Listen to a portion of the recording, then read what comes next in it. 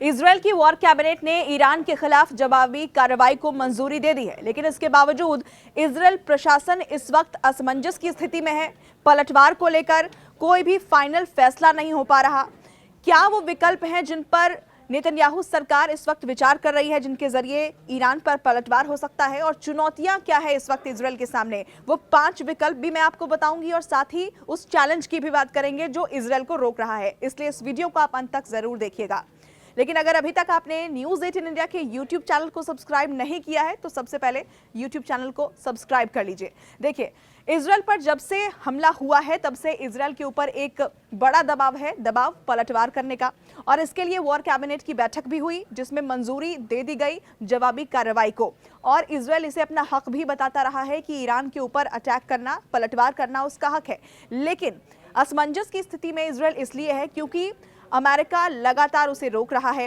America ने जवाबी पलटवार करने से मना किया है, लेकिन इसके बावजूद नेतन्याहू सरकार के पास वो कौन से विकल्प हैं, हम पहले उनकी बात कर लेते हैं कि अगर ईरान के ऊपर पलटवार होता है तो वो कौन से 5 विकल्प जिनका सहारा लिया जा सकता है ईरान को संदेश देने के लिए, ईरान को ये बताने के लिए कि इजरायल ने पलटवार किया है अपने ऊपर जो अटैक हुआ था उसका। देखिए, सबसे पहला है ईरान के परमाणु केंद्रों को निशाना बनाना, क्योंकि इजरायल के लिए ये उसके अस्तित्व पर भी हमेशा से खतरा रहा है। ईरान जो है लगातार परमाणु बम तैयार करने में जुटा है और उसके जो न्यूक्लियर सेंटर्स हैं उस पर इजरायल की तरफ से पहले भी अटैक हुआ है। इजरायल दरअसल इसे अपने अस्तित्व पर एक बड़ा खतरा मानता है, लेकिन इसे ये भी समझना पड़ेगा कि अगर न्यूक्लियर सेंटर्स पर सीधे इजरायल अटैक करता है तो ये बहुत आक्रामक रुख ले लेगा, और ये इतना आसान भी नहीं होने वाला है क्योंकि तमाम जो सेंटर्स हैं वो ज़मीन के नीचे बनाए गए हैं। और इसमें जो स्ट्रेटजिस्ट हैं वो ये बताते हैं कि इसके लिए इजरायल को अमेरिका की मदद की ज़रूरत पड़ेगी।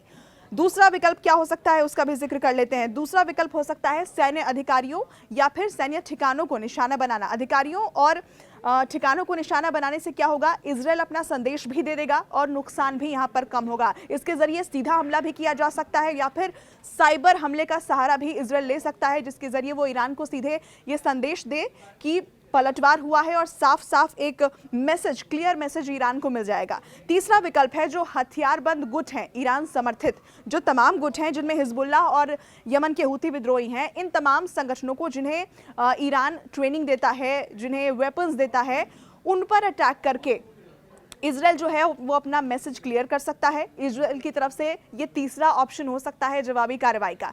और चौथा और सबसे अहम है गाजा पर फोकस करना। गाजा में जो पिछले 6 महीने से युद्ध जारी है उसके लिए पहले से कहा जाता है कि गाजा पर युद्ध पर जीत का मतलब है कि ईरान के खिलाफ युद्ध पर जीत, और यहाँ पर फुल्ली फोकस करके जो कि इजरायल के तमाम राजनयिक हैं वो भी यही कह रहे हैं कि फोकस इजरायल को गाजा पर रखना चाहिए। गाजा की युद्ध में जीत का सीधा मतलब यही होगा कि आपने ईरान को हरा दिया है। और पांचवी बड़ी बात, पांचवा विकल्प यह है कि सीरिया में ऐसे कई सेंटर्स हैं जहां से ईरान जो है वो अपने टेररिस्ट को ऑपरेट करता है।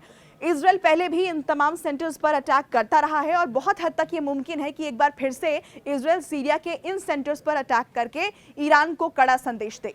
लेकिन इन 5 विकल्पों के बावजूद जो सबसे बड़ी चुनौती बनी हुई है वो है अमेरिका, क्योंकि अमेरिका ने इजरायल के लिए रुख अपना साफ किया है। इजरायल को ये कहा है कि पलटवार ना किया जाए, ईरान की तरफ से जो अटैक हुआ उसे इजरायल ने नाकाम कर दिया है और इसलिए इस जंग को यहीं रोक दिया जाए, इसे आगे और बढ़ाने की ज़रूरत नहीं है। और जो बाइडेन की इसके पीछे अपना एक मकसद है, क्योंकि इस वक्त आपको बता दें कि चुनावी साल चल रहा है और ऐसे में वोटरों का दबाव भी जो बाइडेन के ऊपर है, इसलिए उन्होंने खुद को इससे अलग रखा है कि इजरायल पलटवार ना करे, इजरायल इस जंग को यहीं रोक दे, वरना आगे जो परिणाम है वो खतरनाक हो सकते हैं। तो ये 5 विकल्प और ये एक चुनौती इस वक्त इजरायल के सामने है। आपको क्या लगता है कि इन 5 में से किसी एक विकल्प पर क्या नेतन्याहू सरकार फैसला ले सकती है? आने वाले दिनों में क्या इसका एक भीषण रूप युद्ध ले सकता है? आपके क्या विचार हैं इसे लेकर, आप कमेंट करके हमें जरूर बताइएगा।